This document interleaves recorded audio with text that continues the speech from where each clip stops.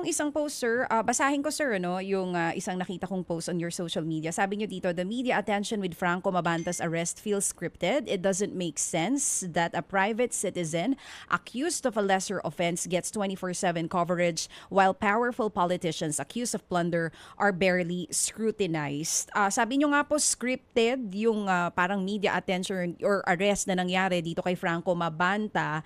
Ano po exactly ang ibig niyong sabihin dito? Sir, may proof po ba tayo, solid proof na talagang masasabi natin na parang tila scripted talaga yung naging pag-aresto dito kay Yeah, Mabanta? pa sabi ko parang, eh, parang scripted dahil sobra naman po talaga. Parang sino ba naman ho si Franco Mabanta? I mean, hindi naman siya kilalang-kilalang tao, hindi naman siya bilyonaryo, hindi rin naman po siya opisyal. Siya po ay isang social media, outfit owner na para bigyan ng ganyan kalaking attention sa isang entrapment operation, bagamat si speaker ang ini-implicate dito na kanyang kinikikilan, pero to be given that much media attention, para naman nakakapagtaka dahil kung si Senator Bong Revilla po nakakulong na, nakakasuhan, pero siguro 'pag nakita natin siya sa social media and media nung siya'y makulong at 'pag nagka-conduct ng hearing, pinakamahaba na po siguro, kalahating araw makita natin siya sa media. Pero 'tong kay Franco sobra naman ang tutok, parang talagang wala na, inihiwalay na yung issue sa impeachment, inihiwalay na yung, issue sa ekonomiya, issue sa giyera, talagang sa kanya lang naka-focus. Parang sabi ko sobra naman 'to, parang hindi ho regular, yun ang point ko, hindi regular ang pagkaka-handle dito na to my opinion, hindi magiging gano'n ka-tutok kung wala talagang nagtutulak. Iyon naman po ay opinion ko lang, Mhm. just sa kasi hindi dahil nakita lang naman natin last week, lahat tayo nakaabang lang naman tayo sa news dahil hindi pa naman si Franco naman lumabas na kahapon, hindi pa naman kami nag-uusap. So, yun lang po ang aking pakiramdam. Oo. Hindi siya normal, Sir, yun lang.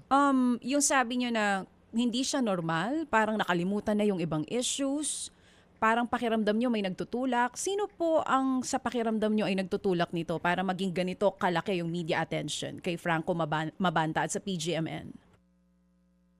Well, una ang kalaban ni Franco sa issue, si Martin. Number one. Pero hindi mo naman masabi si Martin, hindi mo alam. Pero yun ang nakalagay na naargabyado niya. Secondly, ang NBI is under the Department of Justice. The Department of Justice is under the Office of the President. Wala na naman pong mas mataas kay Martin maliban sa, I mean, sa hierarchy, maliban sa presidente. Bukod sa pinsan ng presidente yan, speaker po yan, dating speaker, at still holds very is still very influential sa Kongreso. Pero sa akin hindi kikilos ang NBI ng ganoon na walang kamay ng Office of the President. Kung sino man po 'yun, hindi ko po alam. Pero Mm. 'yun po ang mga irregularity sa akin na nakikita. Okay. Hindi kikilos kung walang kamay ng Office of the President, but are you pertaining to the Hindi President yun, mismo, sir, or nasa loob ng opisina ng Office of the President para lang po mas malinaw? ah, wala namang lahat naman under the President, eh. So hindi ko pwede ituro ang presidente dahil hindi ko man talaga alam. Pero without siya naman nasa ulo talaga, eh, 'di ba? So, yun po, hanggang dun lang, I guess. Oo. So ang pakiramdam niyo po ito ay may kumpas ng Pangulong Marcos Jr., lahat ng nangyayari?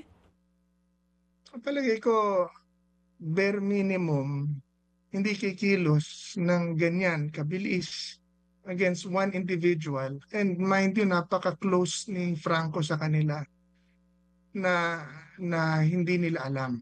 The president, palagay ko hindi pwede hindi niya po alam at hindi niya papayag. I mean, that's irrelevant naman sa kaso.